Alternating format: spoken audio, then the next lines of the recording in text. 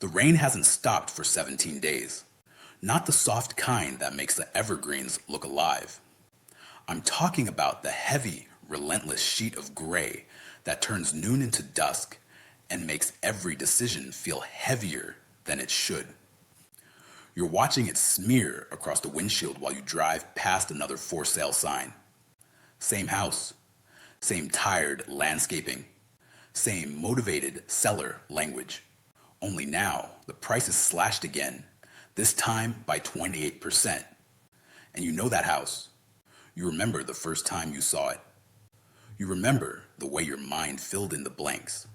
The grill out back, the kids in the yard, the dog, the holidays, the feeling that you finally made a smart move. You remember the pitch everyone sold.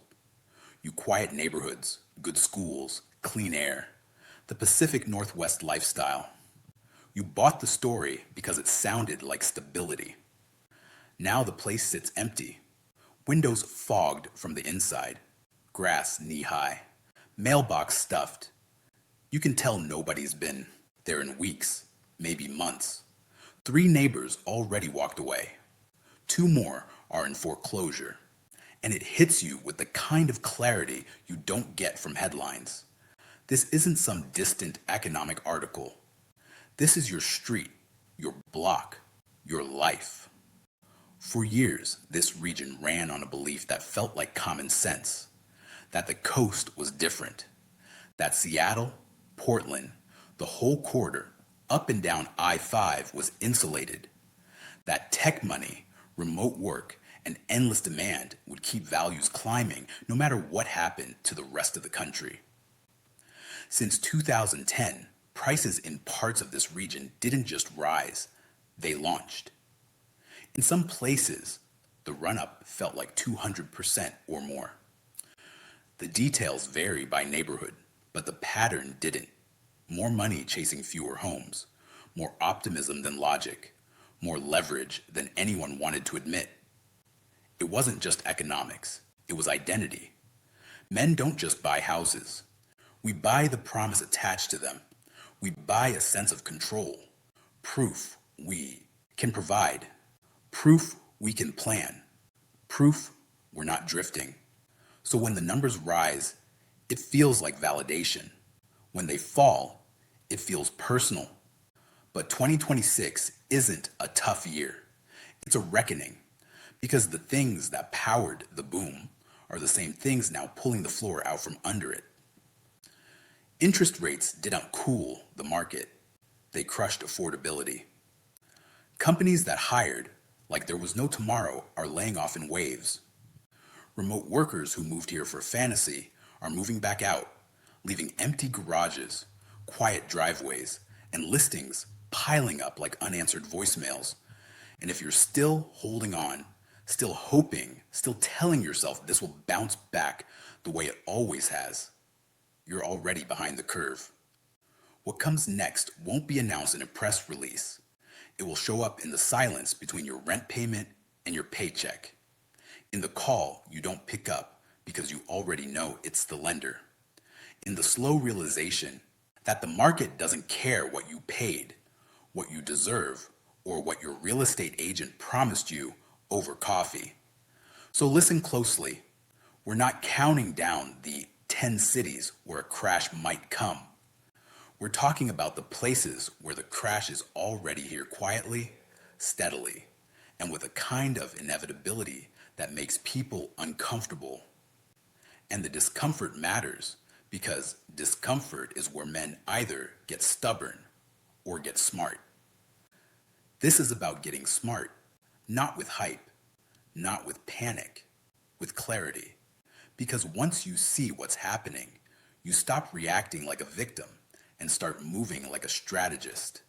Let's start north. Bellingham still smells like pine and coffee, and on the surface, it can look like nothing has changed. The views are still there. The charm is still there. The same brands still sell the same small town with big opportunity, dream.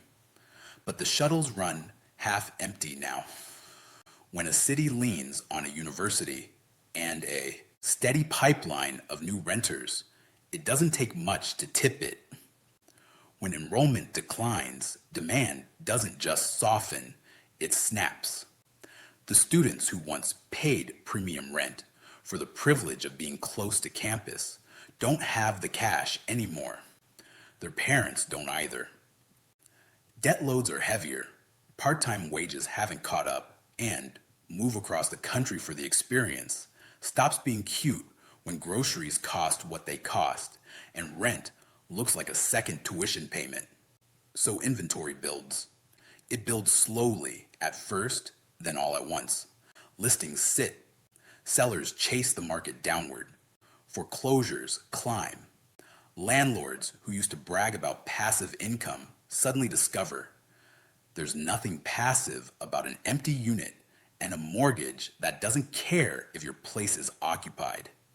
And here's the part.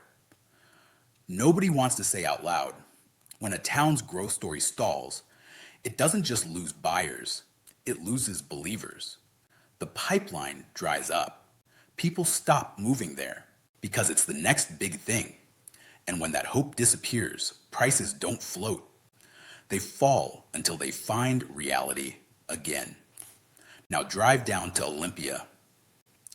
For a long time, Olympia had something that felt bulletproof. Government stability, state jobs, pensions, predictable paychecks. It wasn't flashy, but it was steady. And in a world full of volatility, steady can become addictive.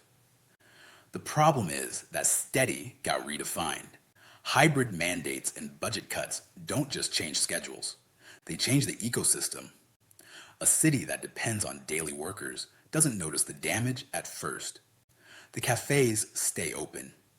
The downtown still looks normal. The Capitol Dome still gleams under gray skies. But the parking lots thin out. Lunch traffic dies.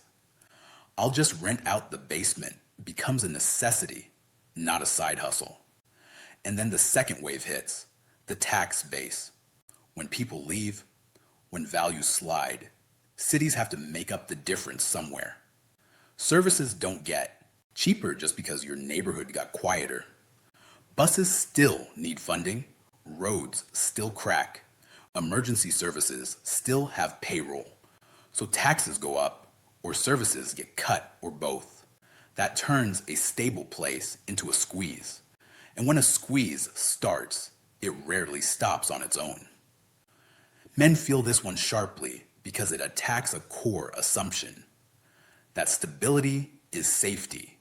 It's not. Stability is only safety when the underlying machine keeps running. When the machine starts coughing, stability becomes slow motion exposure.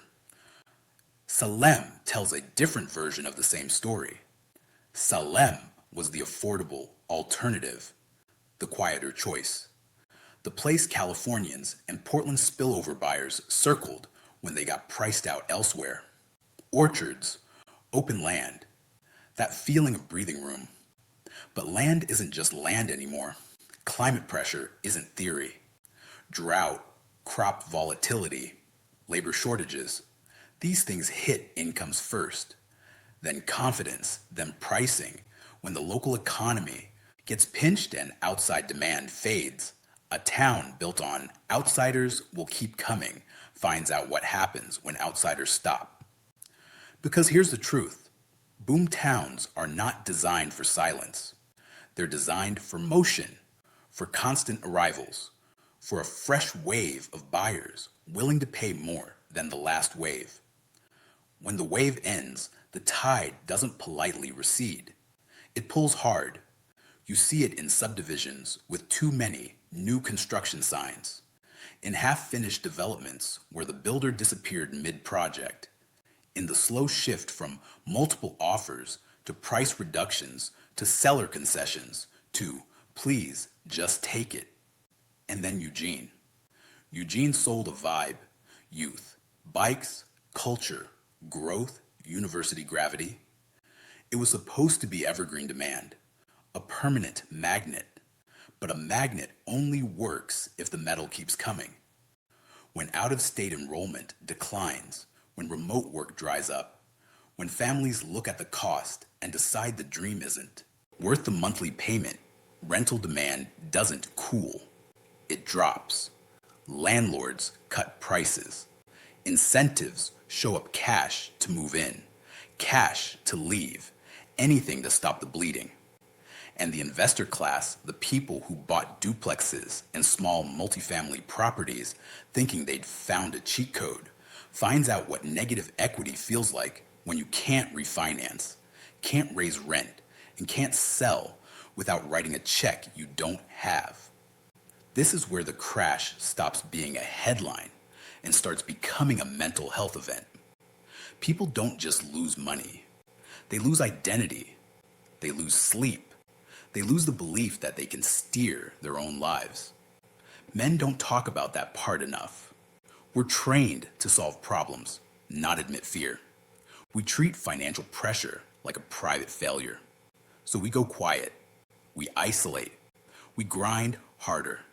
Sometimes we gamble instead of plan because gambling feels like action. But action without strategy is just noise. Now, Tacoma. Tacoma's story is blue-collar ambition meeting white-collar inflation. The port, the warehouses, the labor engine this city ran on work you could touch. Shifts, pallets, freight, paychecks. It felt real. And then the cost of living raced ahead of the wage reality. You can't build a stable life when your mortgage payment grows faster than your income. You can't build community when insurance spikes, property taxes jump, and layoffs turn secure jobs into temporary contracts. You can't build a future when the market assumes every household has a tech salary, even though the city is full of people who clock in, clock out, and still can't catch up. Tacoma doesn't need a dramatic collapse to break people. It just needs steady pressure. The kind that makes you sell the second car, then the tools, then the things you promised yourself you'd never have to sell. This is what a real crash looks like for men. Not cinematic, not sudden, just the slow removal of options. Spokane is the reminder that affordable can be a trap when affordability is tied to distance. Spokane was supposed to be the escape hatch. Wide skies, lower costs, fewer rules, a calmer pace. A place to retire, reset, or get ahead. Then remote work shifted. And when remote work shifts, the geography game changes fast. The people who inflated Spokane's market didn't necessarily put down deep roots. Many were there because it made sense on paper for a while. When they leave, they don't just take their bodies. They take demand. They take spending.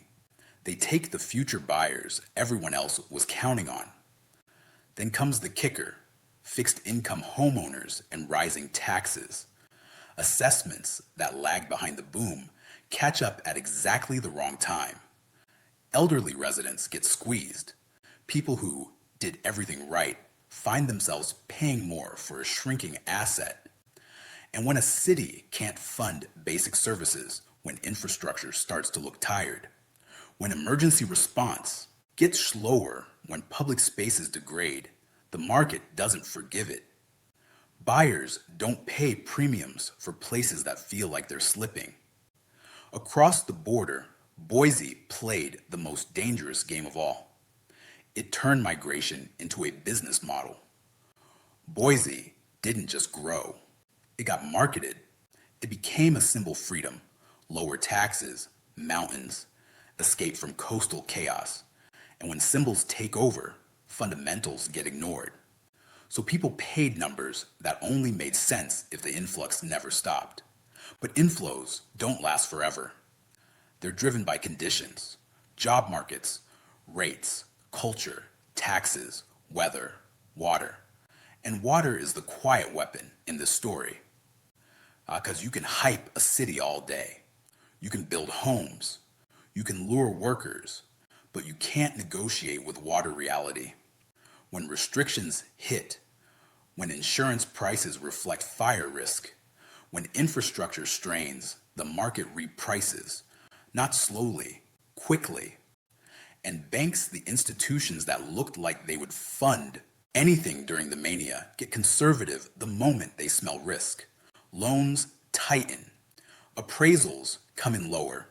Deals fall apart. Sellers get trapped. Buyers vanish. That's how a hot market turns into a frozen one. Vancouver, Washington shows what happens when a city grows as a workaround. People moved to Vancouver because Portland got too expensive or too complicated. They wanted the benefits of Oregon nearby without the drawbacks. It was the classic edge city, trade commute. A little, save a lot, win the game. But edge cities depend on the core city staying functional. They depend on commute patterns, job stability, and cross-border logic holding up. When those things shift, when remote work changes where people live, when layoffs change who can buy, when taxes and reassessments hit, Vancouver becomes a place people want out of at the same time. And when everyone heads for the exit together, the exit gets crowded. Portland is the psychological collapse. Portland's problem isn't one thing. It's stacked problems: cost, perception, small business fragility, social strain, and a vibe shift that's hard to quantify but easy to feel. The myth of Portland creative, alive, magnetic can't survive empty storefronts and anxious streets. And here's the brutal math. Cities run on belief. Belief keeps entrepreneurs opening shops. Belief keeps renters signing leases. Belief keeps buyers stretching for homes because they assume the future will justify the price. When belief breaks, prices don't hold because price is just confidence expressed in numbers. A city can have beautiful neighborhoods and still lose its premium if people stop trusting the direction it's heading. And now Seattle. Seattle isn't falling like a tree. It's hollowing out like a structure with termites. The skyline still stands. The ferries still run.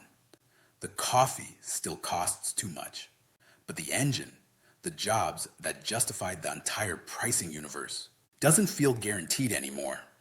And when the high income layer thins, everything under it shifts. Luxury condos become liabilities. High HOA fees become anchor weights. Property tax assumptions get questioned. Developers start offering concessions that would have been unthinkable a few years ago. And the people who believed they bought into permanence start realizing they bought into a cycle. Seattle didn't just inflate because it was great. Seattle inflated because it was a magnet for concentrated income. When that concentration disperses, whether to the Midwest, to cheaper metros, or simply out of the workforce, temporarily, Seattle doesn't need to crash, to hurt. It just needs to reprice to a world where money is more cautious. So what is this really? It's not just housing, it's trust.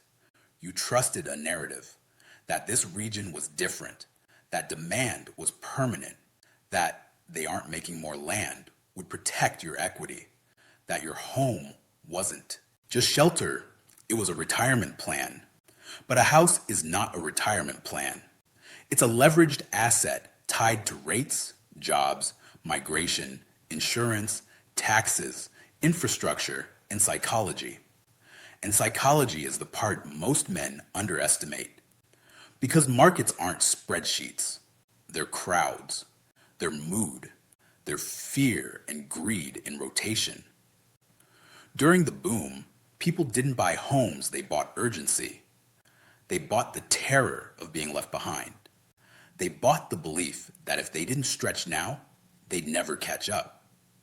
Now the fear flips. Now the fear is being the last one holding the bag. And that's why the change feels so fast. Not because the region transformed overnight, but because sentiment did. The same people who used to say buy now or forever regret it are now whispering, wait, let it drop, don't catch the knife. That shift alone can drain a market, So what do you do with this? You stop reacting like a hopeful spectator and start operating like a disciplined adult. If you're renting, you don't get out in a dramatic sprint. You get smart. You renegotiate. You demand concessions. You use leverage because in a weakening market, renters gain power. Landlords fear vacancy more than they fear cutting rent. You look for flexibility, shorter terms, break clauses. You protect your ability to move because mobility is strength in a downturn. If you're thinking about buying, you slow down. You don't chase a fantasy. You don't fall in love with countertops. You buy numbers and resilience. You ask questions like a man who expects life to punch back. If rates stay high for 2 more years, can I still afford this? If my income drops 20%, do I still make the payment? If insurance rises, if taxes jump, if repairs hit, do I still breathe? If I needed to sell in 12 months, could I sell without writing a check? If you can't answer those questions confidently, you're not buying a home, you're signing a stress contract. If you own, you stop treating your Zestimate like your identity. You audit reality. You run the numbers as they are, not as you want them to be. You look at your cash reserves. You look at your mortgage terms. You look at your insurance. You look at your property tax trajectory. You evaluate whether your home is a stable base or a financial hostage situation. And then you make decisions based on outcomes, not pride. Because pride is expensive. Pride keeps men in bad deals longer than they should stay. Pride makes you hold an asset that's bleeding because selling would feel like admitting you were wrong.